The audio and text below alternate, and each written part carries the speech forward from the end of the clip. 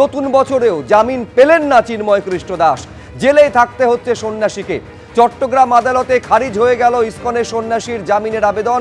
1 মাসেরও বেশি সময় ধরে বাংলাদেশের জেলে বন্দী রয়েছেন রাষ্ট্রদ্রোহের মামলায় চিন্ময় কৃষ্ণ দাস। অর্ণব মুখোপাধ্যায় আজকে কোর্টে কি হলো আরো বিস্তারিতভাবে আপনাদের সামনে বলবেন। হ্যাঁ অর্ণব।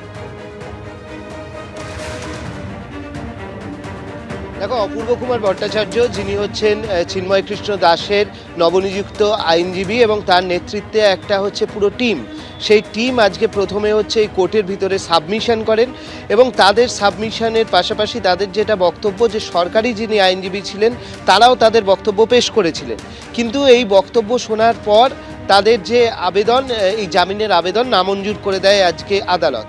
এবং তাদের যেটা বক্তব্য হচ্ছে তারপর এরা হাইকোর্টে যাবেন এবং তারা আজকে যেটা সাবমিশনে বলেছেন খুব স্পষ্ট করে যে কোনোভাবেই রাষ্ট্রদ্রোহিতার মামলা এই চিন্ময় প্রভুর ওপর লাগু হতে পারে না।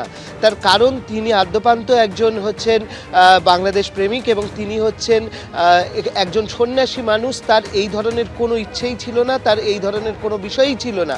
তা সত্ত্বেও যেটা দেখা যায় যে তদন্ত এখনো অবধি শেষ হয়নি, এখনো অবধি তদন্তের প্রয়োজন রয়েছে এবং তার সঙ্গে সঙ্গে যে এই ধরনের রাষ্ট্রদ্রোহিতার অভিযোগ যদি থাকে সেক্ষেত্রে যাবজ্জীবন অবধি হতে পারে, এই রকম সমস্ত বক্তব্য তুলে তার জামিনের আবেদন যেটা ছিল সেটা নামঞ্জুর করা হয়। এবং এই নামঞ্জুর করাই শুধু নয়, যেটা অনেকে বলছেন যেরকম বাংলাদেশের বিভিন্ন দেশে যে হিন্দুরা রয়েছেন তারা আজকে কলকাতায় এসেছিলেন, তারা বলছেন এটা মব জাস্টিস হয়েছে। অর্থাৎ যারা আইনজীবীরা ছিলেন একটা অংশের, সেই মৌলবাদী আইনজীবীরা তারা রীতিমতো শোরগোল করেছেন, বিশৃঙ্খলা করেছেন এবং তারা ভারত বিরোধী স্লোগান দিয়েছেন এবং এই সমস্ত করে বস্তুত তারা বিচারকের উপর চাপ তৈরির সৃষ্টি করেছিলেন এবং তাদের সেই চাপ তৈরির কৌশলই কাজে লেগেছে, যে কারণে আজকে জামিন নামঞ্জুর হয়েছে। এবং এই জামিন নামঞ্জুর হওয়ার পরিপ্রেক্ষিতে যেরকমভাবে অপূর্ব বাবু জানিয়েছেন যে তারা কিন্তু দ্রুত হাইকোর্টে যাবেন এবং যত শীঘ্র সম্ভব তারা আবেদন জানাবেন।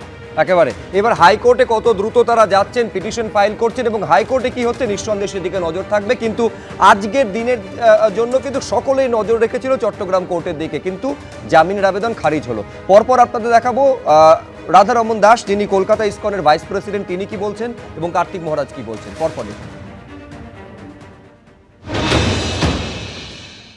Very unfortunate.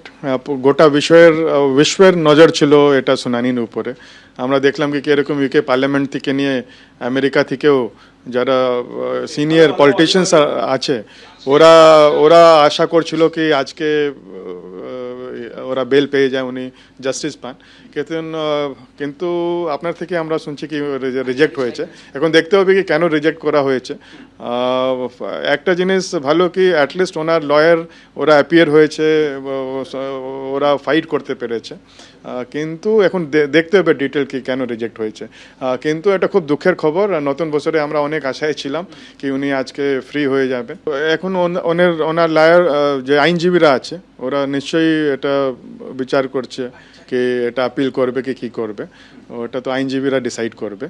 কিন্তু একটা খবর কি ওরা দাঁড়াতে পারলো কোর্টে, তো এটা একটা পজিটিভ খবর।